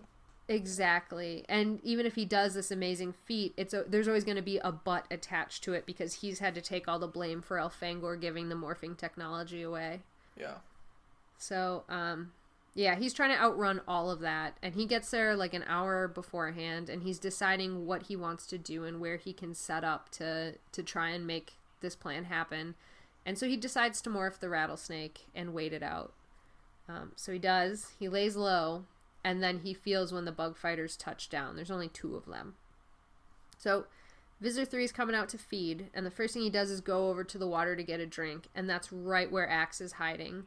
So Axe waits, and as Visor 3 comes over him, he realizes his tail has started to go, and then he jumps at him and pumps Visor 3 full of poison, gets him right in the leg, and just starts, like, pumping him full of venom. So he lets go, and Visor 3 tries to get him, but he's already, like, moved out of the way because the snake is somehow faster than the Andalite's tail, which is lightning quick. Again, who knows? Whatever. And he starts to slither away. Visor 3 is going, everybody, the snake, get them, kill them. And Axe has ordered himself to start demorphing, because now that he's poisoned him, he's going to have to turn back into his Andalite self to finish him off when the poison starts to kick in. And that's when Axe realizes, as his stalk eyes are coming out of his little snake head, that there's a Hork-Bajir right in front of him. And this thing is coming down. It's about to cut his head off with its bladed hand when, bam, Rachel, as the grizzly bear, takes that motherfucker out and saves Axe's life. Because Rachel's a badass, and I love her. So, then that hilarious interaction of, like, Axe is like, Rachel? And she's like, no, it's Smokey the Bear.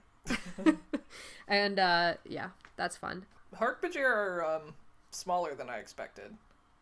Like, I'm not saying that grizzly bears are fucking small, because they're not, but I always thought that Hork-Bajir were bigger than a bear, but apparently not. Well, I don't know, how tall do bears stand? Because Hork-Bajir are like 7 feet tall. Bears, though, too, are like 7. Grizzly bears, I think, can be over 7 feet tall. I think. Hang on, I'm gonna look it up. What?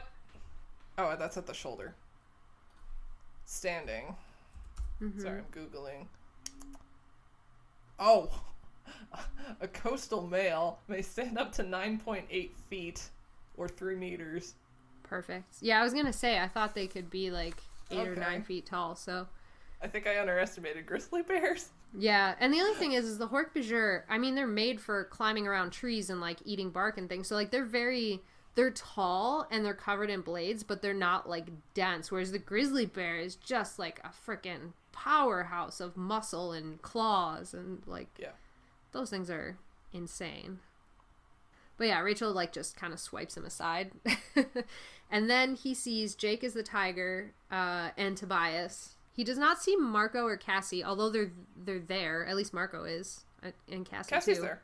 Okay. Well, he doesn't see them initially. He just calls out Rachel and then Jake, Tobias.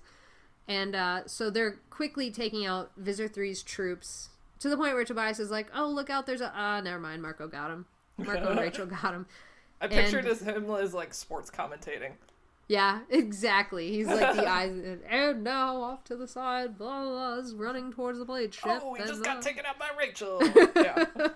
Yep, exactly. So, that's going down. Axe is saved. He keeps demorphing. Rachel says, come on, get to your Andalite body and let's kick some Yerk butt. And then Tobias and Axe have this moment where Axe goes, Tobias, you've made me very angry. And Tobias goes, yeah, I'm not too happy with you too, buddy, but we're a team. Aw. And then Tobias says, I got around all of this because you told me that Prince Jake could order me to do anything, and he's kind of my prince too, so I ordered him to make me tell him your plan. Yay! So the battle is raging. They're taking down all the troops. They finally get Visitor 3 surrounded and alone, and they're gonna kill him, when Tobias starts going, no, no, no, and diving towards him. And Tobias points out that Visitor 3 has abandoned his host body. So now they're left with another dying Andalite.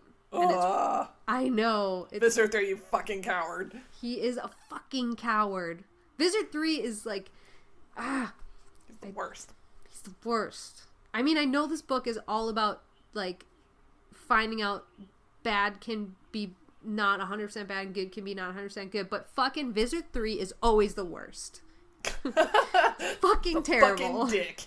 He's a fucking dick. Oh god. Yeah. So these poor kids are left alone now with War Prince Aloran Senator Karas.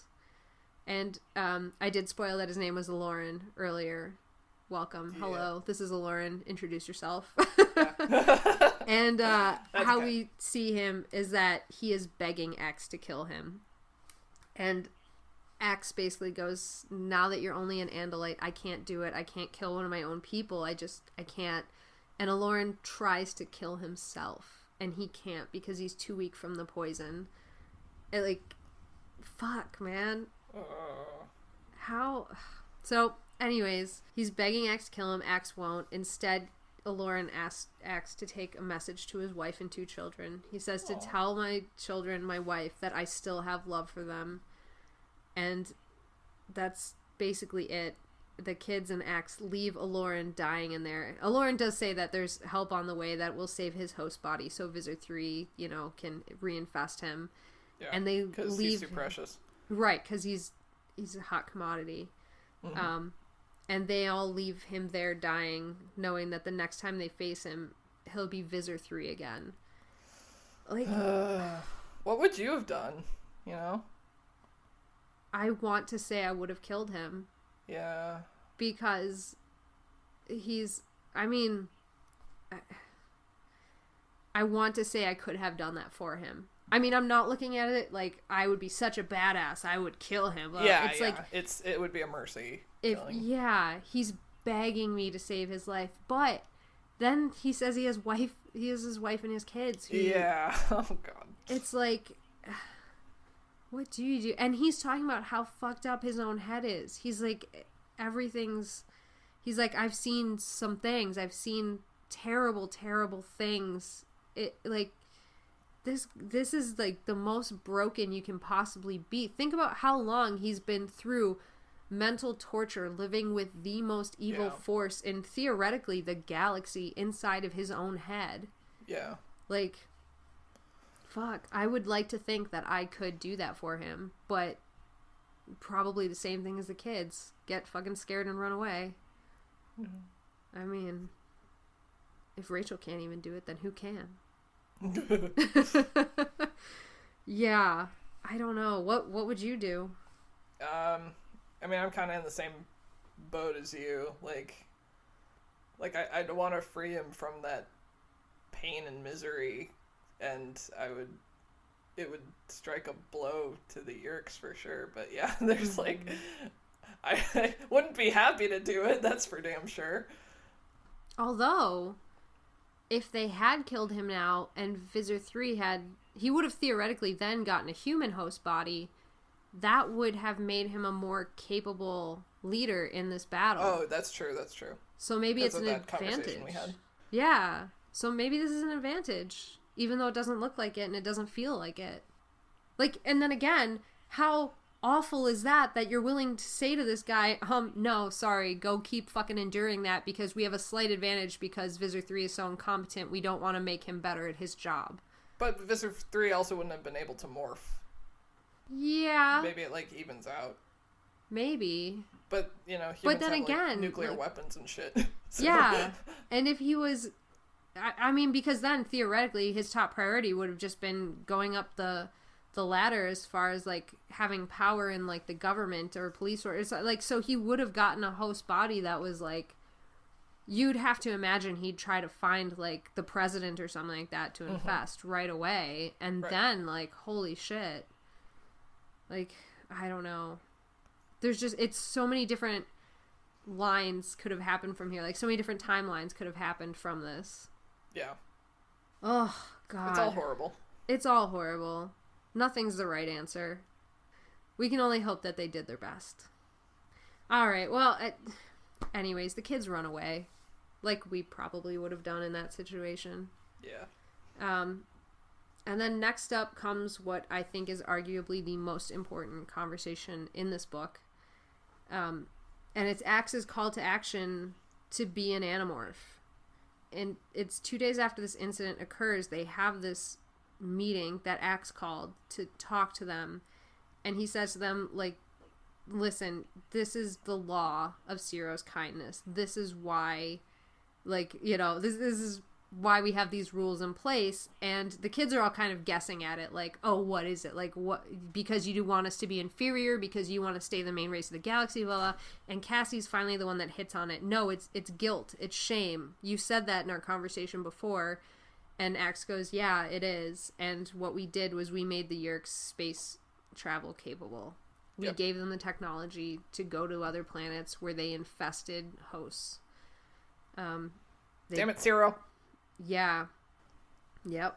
But he, being kind, he thought he met a Yeerk like Eslin, and he thought that he would give him the power to travel because everybody should experience the stars, and then they took over and became a terrible, terrible blight upon this galaxy, going from planet to planet, infesting hosts, and the Andalites are just trying to fix their mistake. Yep.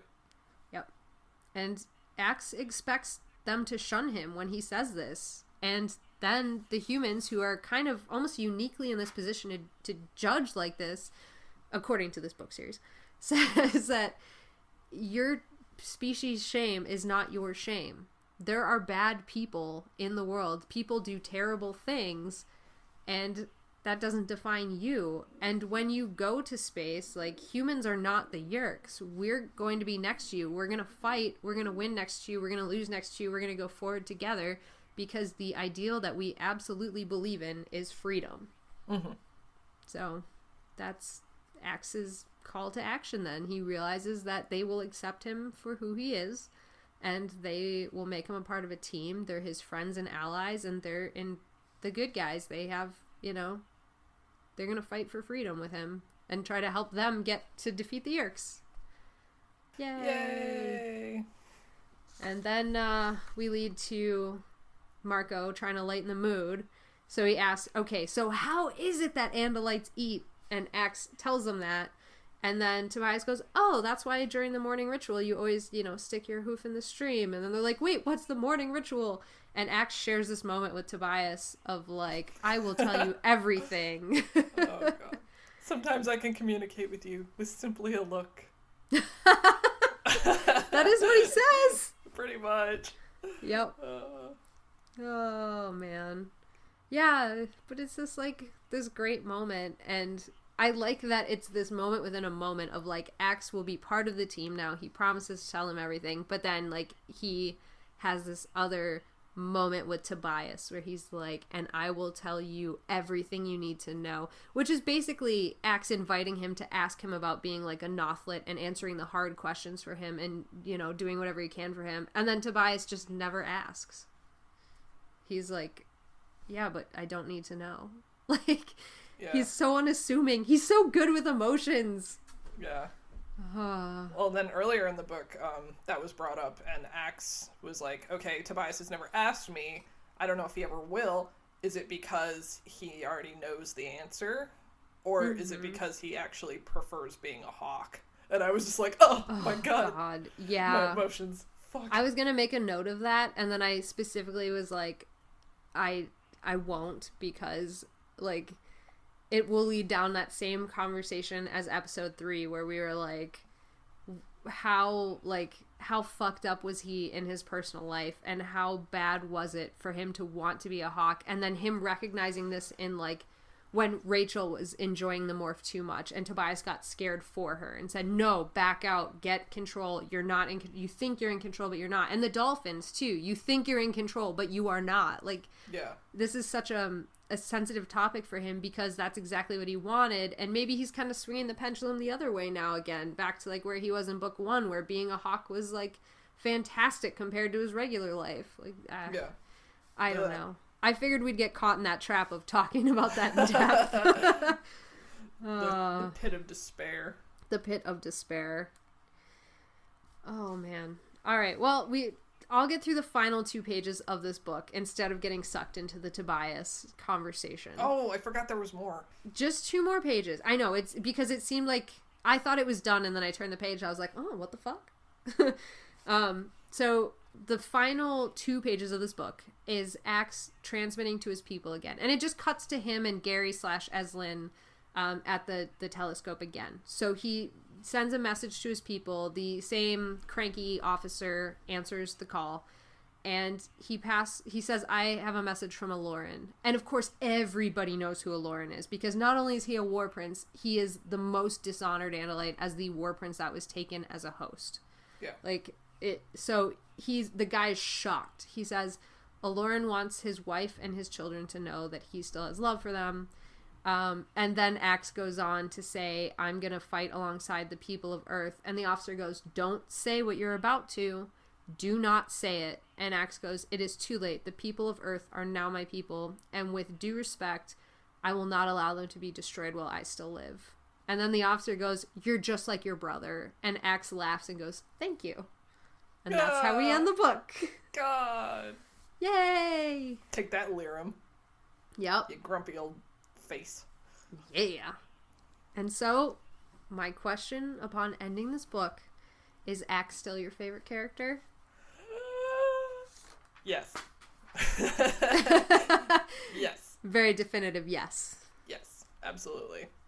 All right. Now that I know kind of like what he's going through, and his, you know, his whole Welcome character just to kinda Animorphs amplified Anonymous, for the me. podcast Like, where we went from casually being just kinda discuss like the comic Animorphs relief one book at a time. to, I'm Kaycie, like, And I'm Alex. and we're here to talk you through the plot of each book. But Yeah, more accurately, I take you on definitely tangent trips, factoid take me forays, through and your say, emotional well, journey actually, through this as book, much because as you were possible. texting Join me us as it on was the 1st and happening, the and I 15th was of each month, laughing and we'll take so you along hard on our when you were mission. like, And we this promise book, to and have I'm you like, back oh, under the I know 2-hour which part time you're limit. at. Like, I knew you were gonna kind of like, you know, Ladies that it and would gentlemen, change I by have the a end grave of it. So announcement to I make. just tell me your Incredible journey as it may reading seem, this. both the I was only observations of griping science you. and the Like, the evidence of our rattlesnake eyes thing was really what I lead was to the griping you inescapable about. assumption Like, that I those never, strange I never beings who once landed had in the a Jersey problem farmlands with tonight Axe himself. are the vanguard of an Because like invading I army. understood the position he was in, kind of being torn between helping out the humans versus trying to reconcile that with the laws of his own people. Like, Yeah. it's a tough position to be in, and Right. he kind of went rogue in the end, and I appreciate that. Yeah. And like honestly, helping the humans defeat the Yeerks could be kind of like a way to make up for the whole Ciro's kindness thing. So I think it's the right way to go. Yeah. You know, like the Andalites can only like bask in their guilt for so long. It's like, do something about it. Right. Although, I mean, theoretically, they are trying to do something about it by fighting the Yeerks, but it just kind of sounds like they're overwhelmed. Yeah, because Lirum said that like the humans are taken or about to be taken, but we really can't get out there right now. You're gonna have to wait. Mm-hmm. So. Yeah. Oh, and somewhere in the book, didn't they mention that maybe it was a Lauren, that the homeworld was taken? Or there were infiltrated. There were Yeerks yeah, there was the Yeerks Yeerks that were had within... infiltrated the homeworld. Yep. It was just like a brief mention, but I was kind of like, oh shit. Yeah, exactly. And it's that's crazy to imagine because there is, as far as we know, still only one Andalite host body. Like, I feel like they would have told Axe if something else like that big had have happened. So it's like, how are they infiltrating the homeworld? But there are probably other kind of creatures on the Andalite planet, right? Some. Yeah, but I feel like you're kind of like trying not to confirm nor deny anything right now. Yeah, well, I mean, I don't want to get too far into it because we'll revisit this soonish. You're making that face, I know you are. Damn it, you can see my face from I here. can see your face in my mental mind. We can't see each other's faces, but sometimes we share a look and know what each other is feeling. God. It's not anything that would be big enough to support a Yerk per se. Sure. So, yeah. And I think they've already said in a different book that the amount of flora and fauna, I keep saying flora and fauna and all I mean is fauna.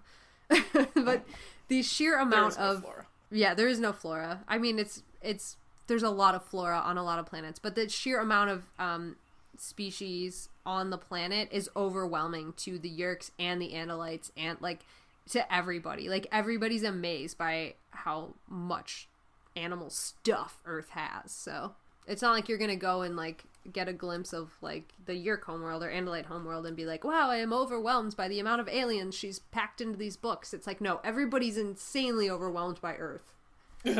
So that's another thing to just keep in mind. Gotcha. Okay. Anything else you want to recap about Axe's book? Since it's so different. I think I'm good. All right. I just love him. I love him too. I really do. I only have one other order of business to say before we can wrap this up. All right. And that is, we got a lot of shit for saying the Batman series was recorded in the 60s and 70s because apparently it was the 80s. Sorry, David, for calling us out. No. David. Oh, no. We're calling you God. out in return. Yeah, fucking shit, man. Sorry, David. We're not as versed in comic lore as you are. I'm sorry, Adam West isn't at the forefront of my mind every waking moment. I mean, Thanks he for fact-checking is. for us. Yeah, thanks for... I don't even know if he fact-checked. I think he probably just knew straight that. up... I don't know if he messaged me. I don't even remember how he communicated this back to me. All I remember was an overwhelming sense of disappointment coming from him. So, and I've also had this on the notes to, like, correct for, like, what, 3-4 episodes now that we've recorded, and I keep forgetting to bring it up. So there, David. Finally, you're welcome. We were wrong. We were wrong. Fine. So yeah, that's it. That's all I had. To be fair, it looked like earlier than the 80s, Oh, personally. yes. Like, yeah. Yes. So, forgive me.